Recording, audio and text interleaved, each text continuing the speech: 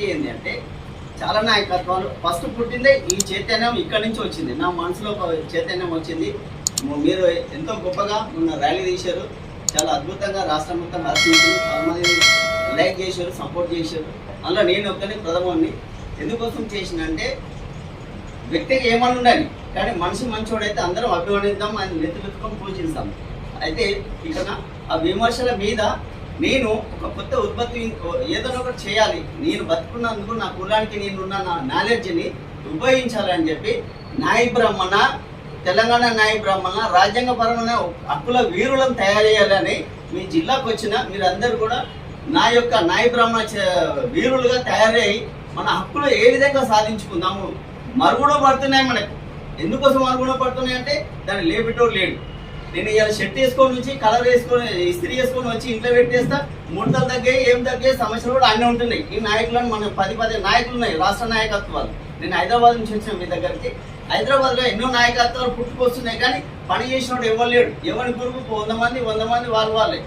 నీ నాయకత్వం పుట్టుకునే పరిస్థితులు కూడా ఏర్పడుతున్నాయి. కాబట్టి వీటన్నిటిని భూస్థాపితం చేసి సరైన నాయకత్వం కోసం సరైన వ్యక్తి, ఏ వ్యక్తి అయితే బాధపడుతున్నాడో ఆ వ్యక్తే నాయకుడు. ఏ వ్యక్తి అయితే నా కులం కోసం ఆరాటపడుతున్నాడో అతనే నాయకుడిని చేయాలనే ఒక ఉద్దేశంతో నేను స్టార్ట్ చేసిన ఈ పనిని చాలా మంది హర్షించారు.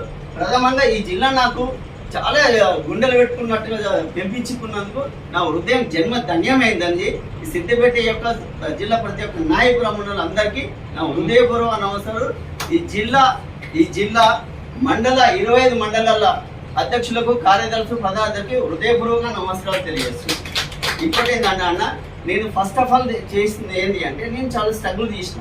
నేను కూడా సంఘంలో చాలా ఏళ్ళ నుంచి తిరుగుతున్నాను. నాకు 54 ఏళ్ళు, 15 సంవత్సరాల నుంచి సంఘంలో బాగా తిరుగుతున్నాను.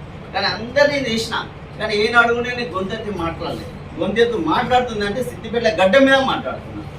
ఈ గడ్డ యొక్క పవర్ కేసీఆర్ కూడా స్టార్ట్ చేసింది. ఇక్కడి నుంచే తెలంగాణ వస్తుందా రాదా అనేది తెచ్చి చూపించింది. ఈ గడ్డ మీద నిజంగా ఎందుకో నాకు ఆ దేవుడు ఇక్కడ పంపించిండు. కానీ ఆ ధర్మంతుడు నేను శ్లోకం రాసిన, ఆ ధర్మంతుడి యొక్క ఆహ్వానించడో ఏమో తెలియదు. కానీ ఈ గడ్డ మీద నుంచి నా యుద్ధాన్ని స్టార్ట్ చేస్తున్నా.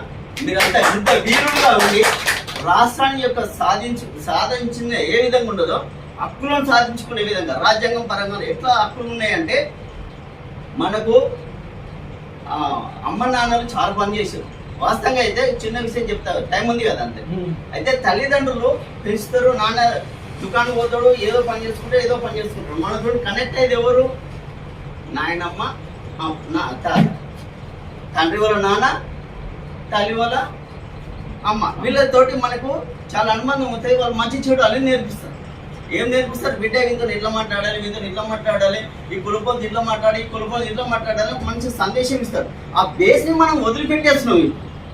మన పిల్లలు అయితే మొత్తానికి నాశనం చేసుకుంటారు. తల్లిదండ్రులు తాతలు కనెక్టే లేకుండా పోతుంది. నేను ఆ కనెక్ట్ అయిన మనిషిని కనెక్ట్ అయ్యి నేను ఏదో ఒక సిస్టమ్ తయారు చేయాలని చెప్పి నేను ఈ విధంగా సిస్టమ్ తయారు చేసి మొత్తం జిల్లా తిరిగేది ఉన్నది. చాలా జిల్లాల నుంచి నాకు ఫోన్స్ వచ్చినాయి. అందుకే మొన్న నేను చేసిన ఫస్ట్ ఆఫ్ ఆల్ చేసింది గ్రూప్ కూడా సిద్దిపేట నుంచే స్టార్ట్ అయింది.